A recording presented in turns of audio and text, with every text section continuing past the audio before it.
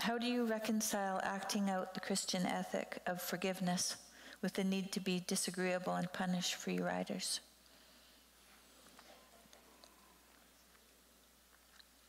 Well, forgiveness is complicated. It's not just blanket.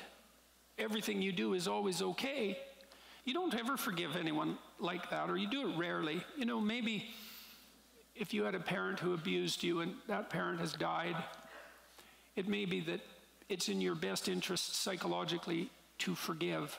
Although the process is a lot more difficult than the utterance would indicate, right? You should forgive. Well, how? Well, generally, if you're talking about forgiveness within the confines of a relationship that's ongoing, there's judgment that goes along with forgiveness. I don't think those two things can ever be separated, you know, because you might think, well, to forgive is the opposite of judging. It's like, no, it's not. They're the same thing. You know, if you and I have a fight and we're trying to reestablish peace, we want to discriminate, we want to differentiate, we want to figure out what the hell happened, right? Who was the fool and how and why exactly, so we don't do it again. I mean, that's the hope. And so that requires an unbelievably differentiated judgment. It's like, not that, no more of that, no more of that. We'll keep this, we'll keep this. And you know, to the degree that we're able to engage in that honestly, then we can let bygones be bygones and reestablish trust and move on. But I don't think you do, I don't believe that you do that in any real sense without that capacity to differentiate and discriminate. And then even if you have to forgive someone who's no longer with you, you can't just do that like laying a blanket over a corpse, you know. You still have to understand what happened. As far as I can tell, I mean, I've worked with people who were traumatized. They can't just let go. Like people who are traumatized, for example, especially if they've been betrayed, they often have to develop a very sophisticated philosophy of evil before they can move past the traumatic experience. So the dichotomy was forgiveness and? Forgiveness with the need to be disagreeable and punish free riders. Right. So, you know, forgiveness and you can get away with everything, those aren't the same thing.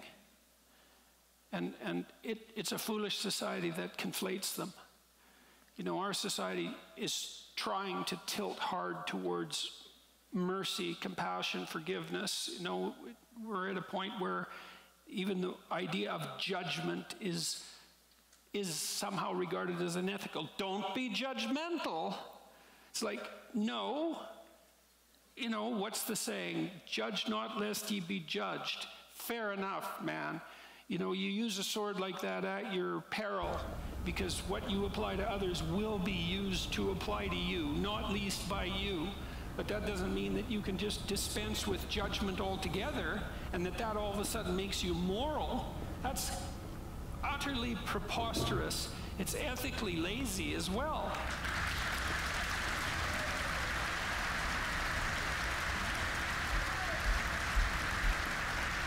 You know, you want to separate the wheat from the chaff, and most of it's chaff.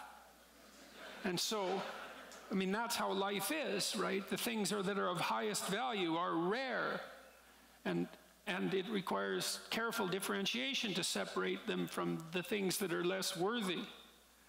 And so that judgment it's utterly necessary. And there's no true forgiveness without that piercing judgment that differentiates between what is worthy and what is not. And if we want to live in harmony, we abide by the peace that judgment brings.